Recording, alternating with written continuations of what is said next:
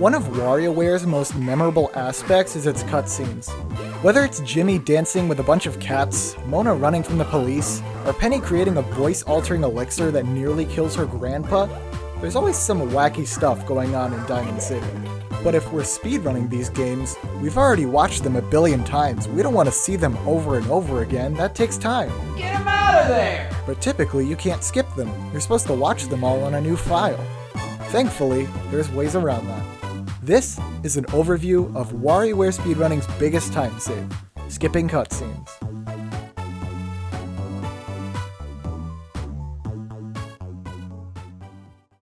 Starting off with WarioWare Inc., like most of the WarioWare series, this is an extremely optimized game, with most of the time save coming from bosses and a little bit of luck. The rest of this time save comes from, you guessed it, skipping cutscenes. Every stage has an intro and outro cutscene, and after every outro cutscene, there's a small loading segment showing that you've unlocked something. Speedruns of this game skip every single one of these. Like I said earlier, you would normally be forced to watch all of these on a fresh file. There's no way to skip cutscenes unless you've already seen them. However, there's a way around this. The GBA has a universal soft reset button combination of A, B, select, start that takes you back to the title screen. And if you happen to reset during a cutscene, the cutscene is still marked as watched, thereby skipping the cutscenes without fully watching them. Here's how this is utilized in a full run. A little under a second after you select your gender, you reset the game to skip Wario's intro cutscene. You can just mash to skip it once you enter the stage. Once you finish the boss and the microgame count increments up to its last number, you reset to skip watching the outro cutscene. When the title screen fades out, you reset to skip the loading animation that plays for unlocking something.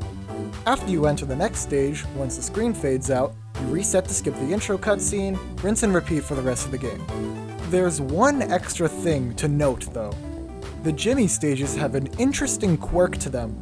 For some reason, only in his stages, you're actually able to pause the game after the stage is finished and exit to the menu. This skips the first reset you normally do to skip the outro cutscene, and saves around 0.8 seconds each time, so around 2.4 seconds total. WarioWare Twisted is pretty similar to Inc. when it comes to resets. Once the screen fades out after selecting a stage, you can use the reset button combination to skip intro cutscenes. For outro cutscenes, there isn't really a visual cue you can use on stages to know when to reset, so you'll have to rely on the jingle that plays at the end to know when you can. This, however, doesn't really work for Mona, since the Mona Pizza song transitions back into the outro cutscene without playing a jingle, but you can use the visual of when Sal Out bobs her head a second time for when to reset. There's 3 extra things to note about Twisted's cutscene resets, some of which you might know if you've watched my video on my favorite strat from this game. The first thing is that on the second Jimmy stage featuring his parents, you don't actually have to watch the intro cutscene to skip it.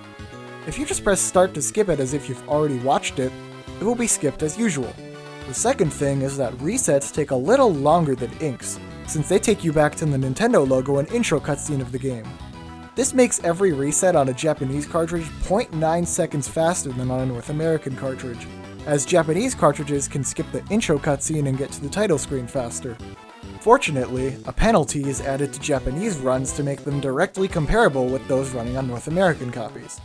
Fun fact, this same regional difference is also in Inc, but since the soft resets just take you back to the title screen, you never see it, and it doesn't really matter.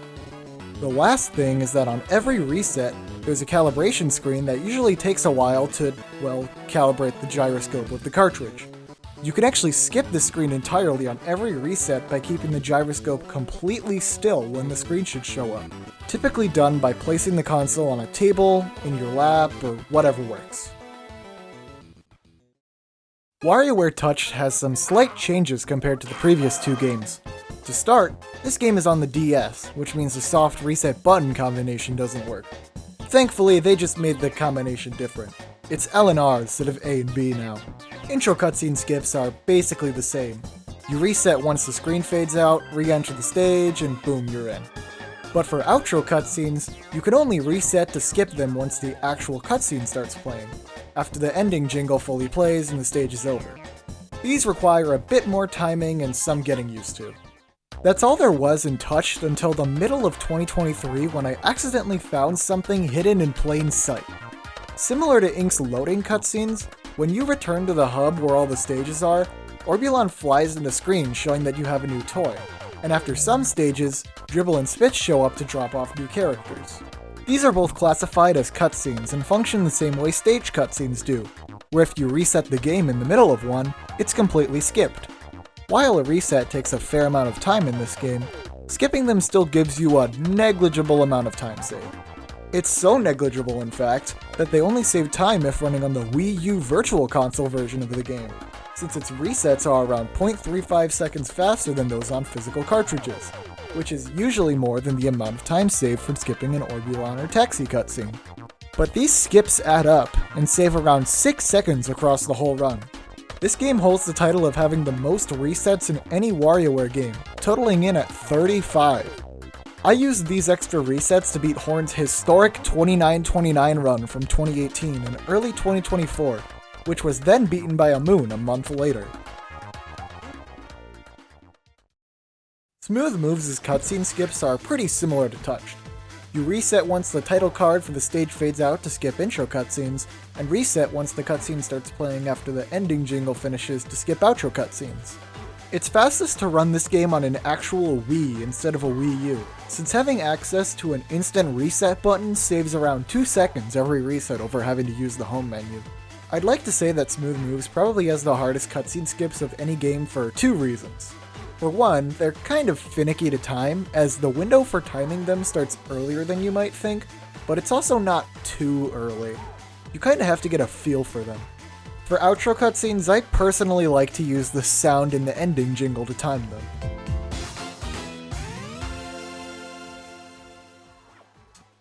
For another, these resets add a ton of extra menuing, and keep in mind that this is a Wii game from 2006.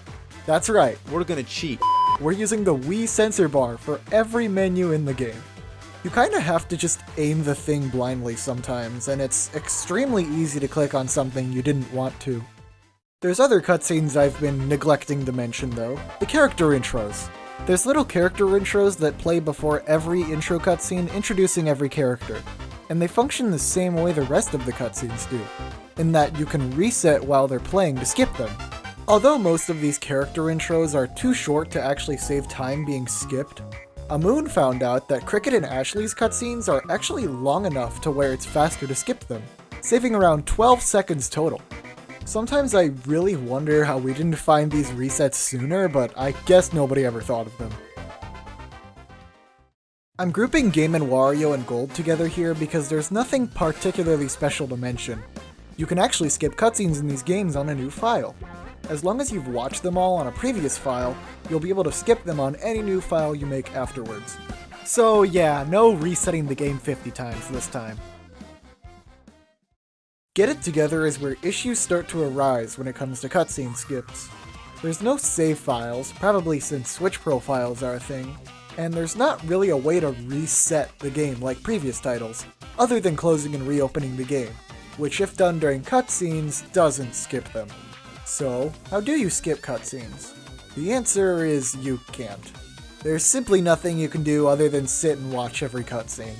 There's less cutscenes in this game than usual, however, so in a full any percent run, you're only watching cutscenes for around 9 minutes, or around 14% of the run, with unlock all characters adding another 2.5 minutes.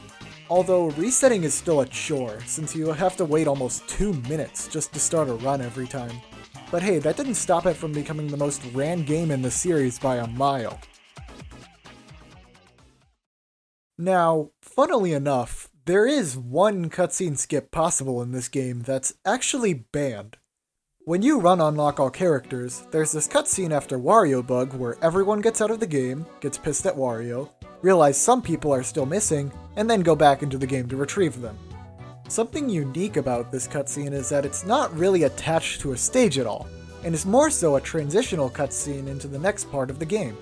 At the end of October in 2021, runner Now-chan posted a video showcasing that closing and reopening the game during this cutscene completely skips it, saving around 1 minute and 5 seconds. Or at least it should. But runners on physical copies of the game were only saving around 50 seconds with this cutscene skip, since the load back into the game after opening it was much longer. It was generally agreed upon to ban this cutscene skip from speedruns, as it would have put physical runners at a large disadvantage in a game where it's quite hard to save time in the first place. So maybe it was for the better that you couldn't skip cutscenes by reopening the game. And finally, there's Move It. Like Get It Together, there's nothing you can do to skip cutscenes. This game wins the award of Most Boring WarioWare Speedrun. I'm having fun! Obviously I'm joking, but remember when I said that at least Get It Together didn't have that many cutscenes, so not being able to skip them wasn't that big of a deal? Well, there's more of them now. Over the span of the run, you're watching roughly 19 minutes of cutscenes, which is about 25% of the run. And that doesn't even factor into account the form cutscenes. If we include all those, that's another 10 minutes of doing nothing, making around 38% of the run just sitting around. It's a bit of a shame, especially considering this game has some genuinely interesting stuff with some of the stages, but oh well. But also like Get It Together, there's more actual cutscene skips that are also banned. Since outro cutscenes just take you back out to the map, exiting out and reopening the game skips them. But since the cutscenes are pretty short, it's only faster to do so on 5 of them. This is still around a 30-second time save, but since physical copies take longer to load the game, it gives them around a 15-second disadvantage. It was agreed upon to ban them again. WarioWare speedrunning is objectively stupid. I mean, I've been talking to you about skipping cutscenes for the past 10 minutes. But there's just something about this series that's kept me coming back for years. Whether because it's been a favorite of mine since I was younger, or because WarioWare Gold was the first game I ever speedran, I just keep coming back, even if the extent of its complexity comes down to pressing a reset button at the right time. If you ever want to run one of these games or watch one, there's leaderboards for every single game at speedrun.com/WarioWare, so feel free to submit or watch times there. Thanks for watching.